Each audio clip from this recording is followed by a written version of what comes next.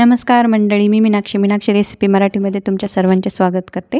सर्वांना श्री स्वामी समर्थ. तर आज आपण बघणार आहोत बाप्पाच्या नैवेद्यासाठी मस्त असे हे बेसनचे लाडू. तर बघू शकता तुम्ही एकदम त्याचं टेक्स्चर, आणि आपण हे न भाजता आणि न आपली कुठलीही चाचणी न घेता आपण हे बेसनचे लाडू तयार केलेले आहेत. तर रेसिपीकडे वळूयात. तर इथे मी 1 वाटीभर बेसन घेतलेलं आहे. तर तुम्ही इथे वाटी किंवा कप कोणताही मेजरिंग कप किंवा साधी आपली घरातील जी वाटी असते का ती वाटी सेट करा. तर 1 वाटी बेसन घ्यायचं आहे. तर त्यासाठी पाऊण वाटी आपल्याला दूध घ्यायचं आहे, अर्धी वाटी साखर, अर्धी वाटी तूप घ्यायचं आहे.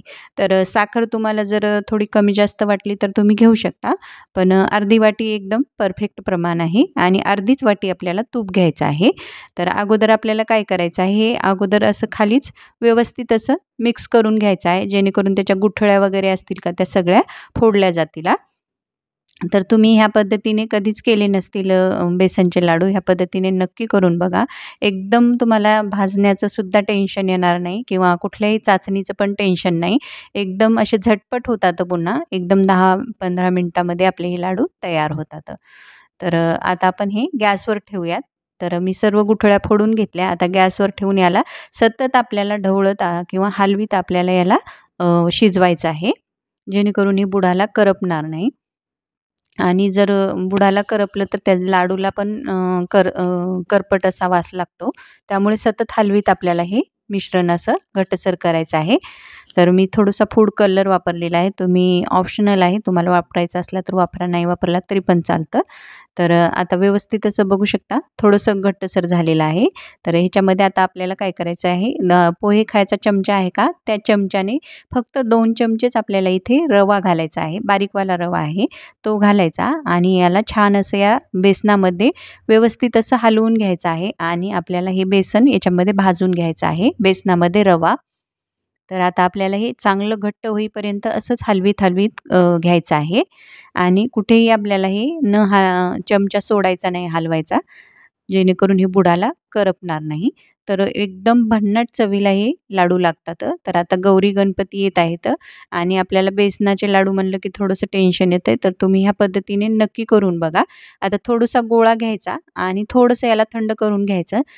याची गोळी व्हायला लागली की आपल्याला समजायचं की हे आपलं जे मिश्रण आहे का ते तयार आहे. आणि तसंही कढईला पण तुम्ही बघू शकता आपलं हे मिश्रण आहे का सोडत आहे. त्यामुळे आणखीन थोडंसं आपल्याला 1-2 मिनटं आपल्याला हे आणखीन असंच मिश्रण हलवून घ्यायचं आहे, आणि नंतर आपल्याला हे थंड करून घ्यायचं आहे. तर बघू शकता मी तुम्हाला अगोदर थोडंसं मिश्रण काढून घेतलं होतं का त्याची मस्त अशी गोळी होत आहे. तर आता हे आपलं परफेक्ट मिश्रण तयार झालेलं आहे. आता हे हाताला सोसवत आहे. तर आता याचे आपण लाडू वळून घेऊयात. तर तुम्हाला लहान मोठे लाडू जसे हवेत का तसे तुम्ही वळू शकता. मी असे छोटे-छोटे पेढ्याच्या आकाराचे लाडू वळून घेतलेले आहेत. तर तुम्ही हे लाडू बघू शकता. एकदम मस्त असे गोल गरगरीत तर होतातच, आणि चवीला पण तेवढेच भन्नाट, आणि करायला तर एकदम सोप्या पद्धतीचे हे लाडू आहेत. तुम्ही हे लाडू नक्की करून बघा. एकदम तुम्हाला बेसन भाजायचं सुद्धा टेन्शन येणार नाही, आणि कुठल्याही पद्धतीचं चाचणीचं वगैरे पण टेन्शन नाही. तर मी ह्या पद्धतीने सर्व लाडू वळून घेते. तर तुम्हाला मी हा लाडू तोडून सुद्धा दाखवते.